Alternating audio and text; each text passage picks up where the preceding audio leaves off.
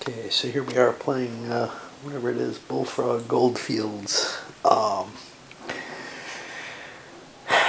Just allocated the different player positions. And the first player took the building contractor. He wants to grab an extra building. He's looking at, in particular, his holding here that's getting close to the edge of its profitability. So picking one up would help him. It would also help the railroad. And incidentally, that purple, the Tonopah. Yeah, what a shame. Next guy looked and said, you know, $10,000 looks good. And why? Well, mainly because his railroad isn't building. That was the first guy's first thought. And he just couldn't think of anything. It gives him an early shot if there's something that's a resource that's low. And actually there seems to be. Right now, housing, there's only 3 left. So if he needs another house for his gray, or maybe down here, I'm sorry, for his blue, and he's only got 2 right now, so building another house, he could cause a boom, bonus his both his railroad and his mine in terms of both growth capacity and also just pure income there.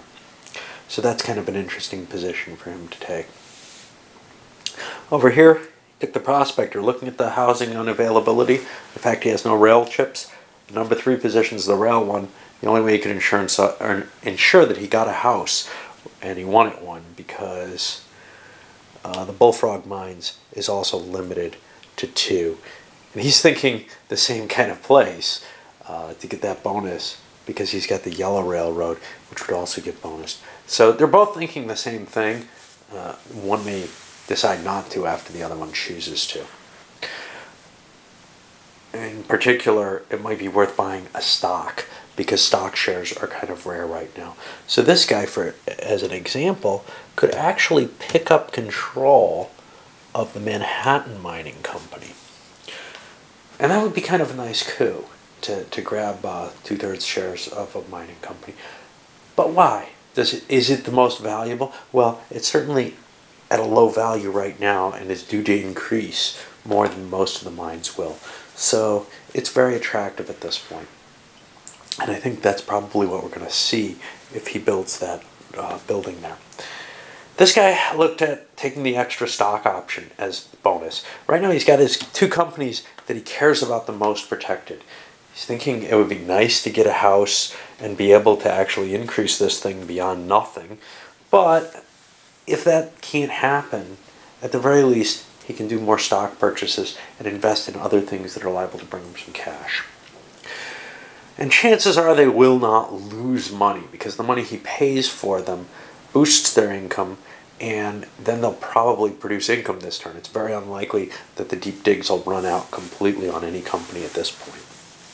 Railroads probably aren't going to go belly up if you pour a lot of cash into them. The final guy picked this one for an extra action at the end. That may allow him the extra stock pickup as well. He's got a decent amount of money. Or, well, I'm not sure what else. A couple $1,000s in boosting a mine income is about the next best thing available, probably. All right, so now we reset, and we're going into the first round here.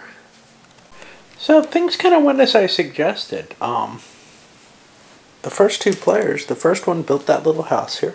The second one said, I don't have to build it, and bought himself a second certificate, and now he has the Manhattan Trading Company, gold mining company. The third one, I'm not sure he was wise or not.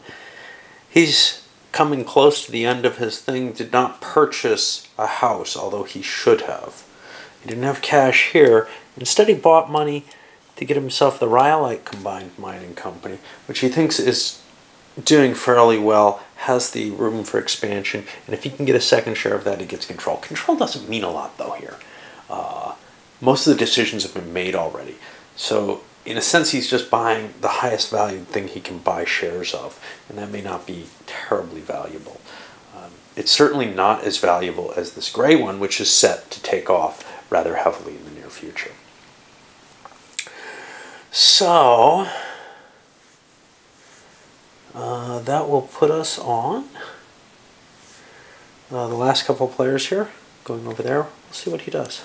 And the last couple of players, well, this guy over here fired off his building contracting and built the building here, which gave advantages to black, purple, and orange. Pretty much handing what the people, for example, the purple player, who kind of passed to take a stock round, would have essentially done. Actually, yeah, purple has a problem. Purple would have perhaps, he wanted to build it here, and he may have paid out of hand to do that if he hadn't lost the majority holding in this company, because he had two companies that would increase from that, and it would help the railway that he does not own.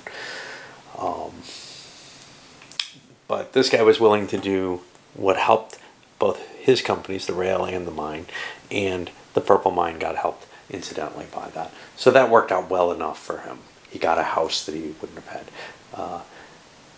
Then he built his track out here to what, the Manhattan or whatever, the recently pillaged rail or stolen rail mine. Connected that up, gave that a big boost, but it only has one house on it because the planned second house that was supposed to go there disappeared by this guy buying them, essentially. It would have gone had he left it alone, but now he has two shares. They came close to doubling in value, so he probably made a pretty good investment anyway, but it definitely screwed this guy out of a big bonus that he was planning. One thing that you will notice, though, Black had to take out another bond. He's got $200,000 in bonds there. All the railways are still underwater except for the yellow one. I think that's the, oh no, yeah, I think that's the only one that's not looking. Green is not underwater, and green is right near the $100 bonus. So if green can and does push across that, and they have enough houses that they should be able to, the game ends there. Black jumped way up, but I didn't realize just how many bonds I had out here. I thought I had none and was getting to 50,000, which I could pay off because of the positioning. As it turns out, this may end up being worthless just because of what he's done. But he had to do something. It increased the value. If he's able to get the cash there, maybe by purchasing a stock in his own company, that'll help. Ooh, speaking of which, I've forgotten to upgrade people who bought stocks. Let's take a look at those. This guy did not, but this guy did.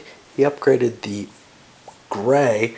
That topped out, though. It went up $5 because of the stock value, but blue went up $5 because of the stock purchase that was made.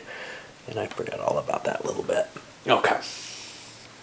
Nobody's sold a stock share yet, and I suspect that's pretty unlikely unless you need to raise cash.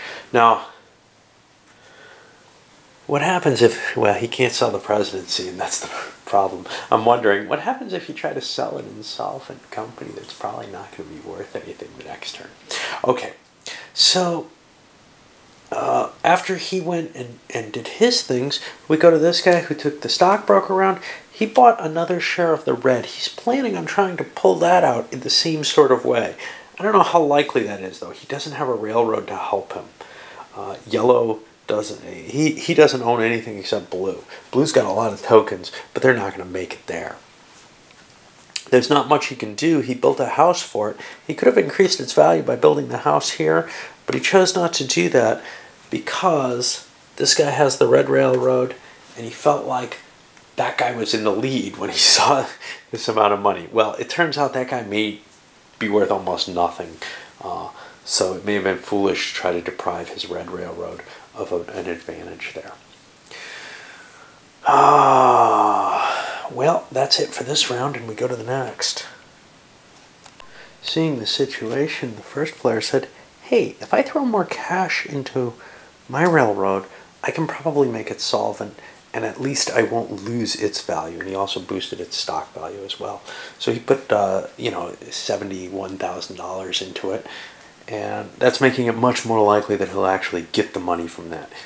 That's kind of a bonus because the guy who owns the Green Railroad, whatever the hell it's called, over here that's up at the top, the Tonopah and Goldfield, he's only got one share. It's $100 worth to pump that up. It's just going to sort of stumble across the finish line. It may not be this huge victory for him.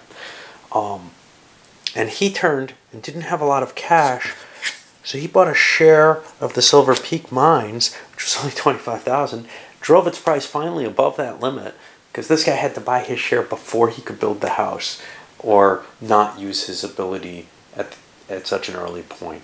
Which way was more reasonable, hard to tell. He probably would have been better off holding off, building the house, and using his ability later, but he was in such a excitement that he didn't do the wisest thing, as many of my players often don't do. Okay, but now we go to this guy, the Assayer, and he decided to put cash into the Silver Peak over here. Black thinks he's going to need more time. He turned to this guy and said, if you hook this up, you hurt green. You may prevent green from crossing the finish line in time. So let's get some money into Silver Peak. I don't care who owns it. It could be me, it could be you. I just don't care. But let's get that track built. And if you're not willing to put the money into it, that's fine. I don't think I boosted the price because I don't think it was below 25. So it just got $5, puts it up to 33. It's hard to remember all these little steps. It's the fiddliness of a Euro game as opposed to games where everything seems intuitive.